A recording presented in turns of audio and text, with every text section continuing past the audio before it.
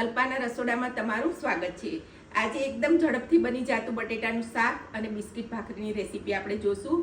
તે ફટાફટ બની જાય છે અને રસોઈયા બનાવે એવું ઘાટા રસાવાળું ટેસ્ટી શાક બનવાનું છે। તો ચાલો રેસીપી જોઈએ। તમે મારી ચેનલને લાઈક કરજો, શેર કરજો અને સબસ્ક્રાઈબ કરજો। તો બટેકાનું શાક બનાવવા માટે આપણે 2 બટેકા લીધા છે, 2 ટમેટા, આ રેગ્યુલર મસાલા છે, 2 લીલા મરચાં છે, મીઠું, તેલ, આટલા ઇન્ગ્રેડિયન્ટ્સથી આપણે બટેટાનું શાક બનાવશું। ત્યાર પછી ભાખરીનો લોટ બાંધશું। બટેટાની પહેલાં છાલ આપણે ઉતારી નાખશું અને કટકા કરીને જ આપણે બાફશું કે જેથી આપણે ગરમ ગરમ બટેકાની છાલ ઉતારવાની અને એવી કોઈ જરૂર ના પડે। તો જે સાઈઝના આપણે કટકા કરવા હોય એ સાઈઝના આપણે કટકા કરી લઈશું।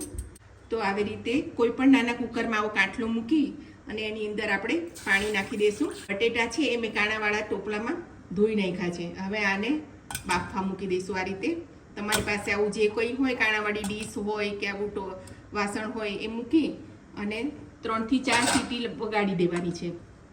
તો આપણે કુકરમાં 3-4 સીટી થવા દઈશું। ત્યાં સુધી આપણે ભાખરીનો લોટ બાંધીશું।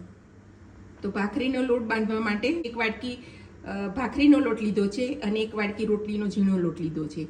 એક જાડો અને ઝીણો, તમારી પાસે એકલો જાડો હોય તો થોડોક એમાં રોટલીનો નાખવાથી એકદમ સોફ્ટ ભાખરી બને છે અને જો જાડો લોટ ના હોય, ઝીણો હોય તો એનાથી પણ થઈ શકે છે। એકલા ઝીણા લોટની ભાખરી પણ બની શકે છે, પણ મેં અહીંયા ગાડી 2 મિક્સ લોટ કરું છું। હવે એની અંદર અડધી ચમચી જેટલું મીઠું નાખવાનું છે। મીઠું તમારા સ્વાદ પ્રમાણે તમે વધારે ઓછું કરી શકો છો। તેલ અહીંયા 2 ચમચા ભરીને આપણે આ નાખશું। ભાખરીમાં મૂણ સરખું હોય તો જ સારી લાગે છે। તો આપણે થોડું થોડું પાણી નાખી અને કઠણ લોટ બાંધવાનો છે। તો અહીંયા ગાડી મારે અડધી વાટકીથી પણ ઓછા પાણીની જરૂર પડી છે અને લોટ આખો સરસ કડક આપણો ભાખરીનો બંધાઈ ગયો છે। તો 4 સીટી થઈ ગઈ છે અને આપણા બટેટા બફાઈ ગયા છે।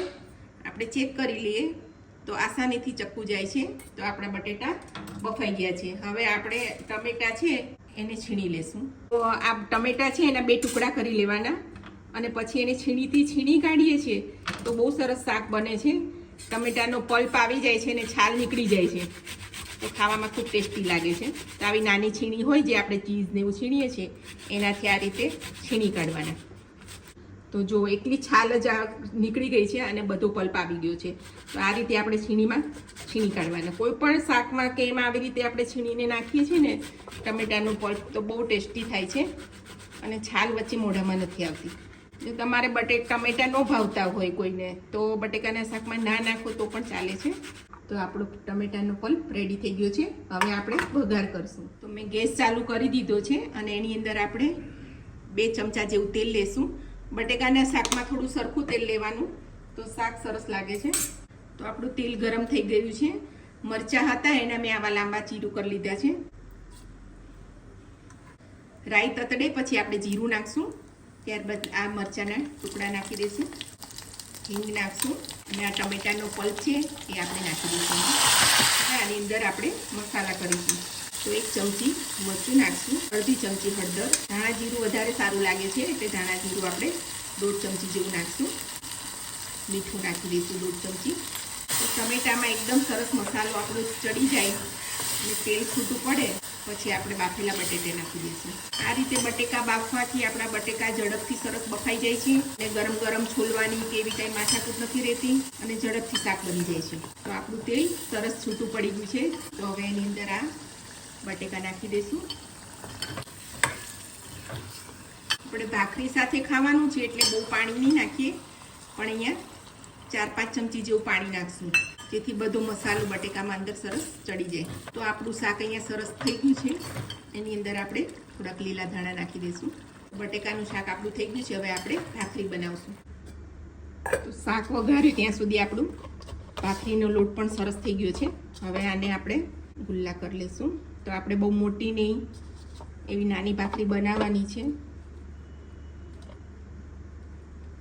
તો આટલી સાઈઝના આપણે ગુલ્લા કરશું। તો હવે આપણે અહીંયા ભાખરીને વણી લઈશું। તમને આમ ગુલ્લું કરવામાં તકલીફ પડતી હોય તો આ રીતે આમ કરી અને કિનારી ફાટી ના જાય એ રીતે આ સરસ પૂણવીને આ રીતે ગોળ ગોળ કરી લેવાનું। થોડો ઝીણો અને જાડો લોટ ભેગો હશે તો ભાખરીની કિનારી ફાટશે નહીં। આપણી બહુ પતલી નહીં, જાડી નહીં, એવી આપણી ભાખરી આટલી સાઈઝની તૈયાર થઈ ગઈ છે. હવે આપણે એને લોઢીમાં શેકી લેશું. તો આપણી લોઢી ગરમ થઈ ગઈ છે, એમાં આપણે ભાખરી નાખી દઈશું.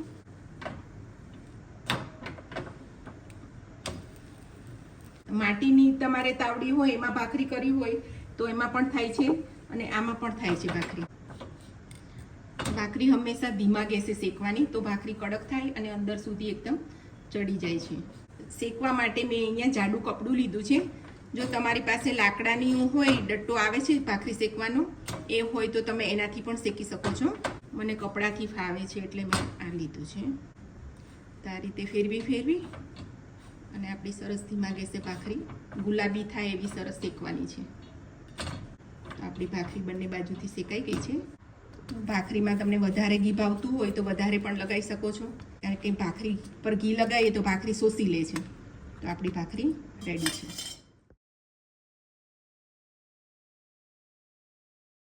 તો આપણે આટલા ઇન્ગ્રેડિયન્ટ્સમાંથી 6 ભાખરી અને આટલું એક બાઉલ ભરીને બટેકાનું શાક બન્યું છે.